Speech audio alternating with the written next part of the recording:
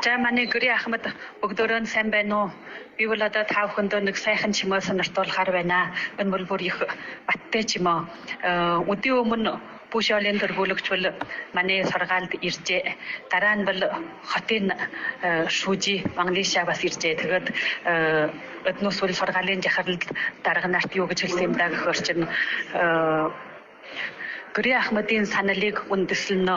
Эл төшөн илүү хөлбөж байвал тэр тэдгээр хүмүүсийн санаанаар тэр хөлбөрөөр хичээл орно гэж ингэж ирсэн гэнэ.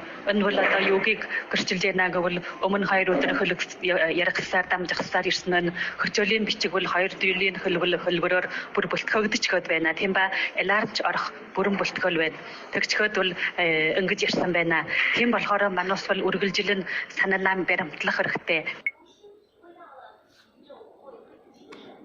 Яг ийм болохоор бол багш нар сургаалын жахрал сандраад бол ангийн багшаар нэг нөгөөр ингэж утастуулж хөлүүлж ийштэй 9 сарын 1-нд чуглах биш яг 31-нд чуглах болчихжээ.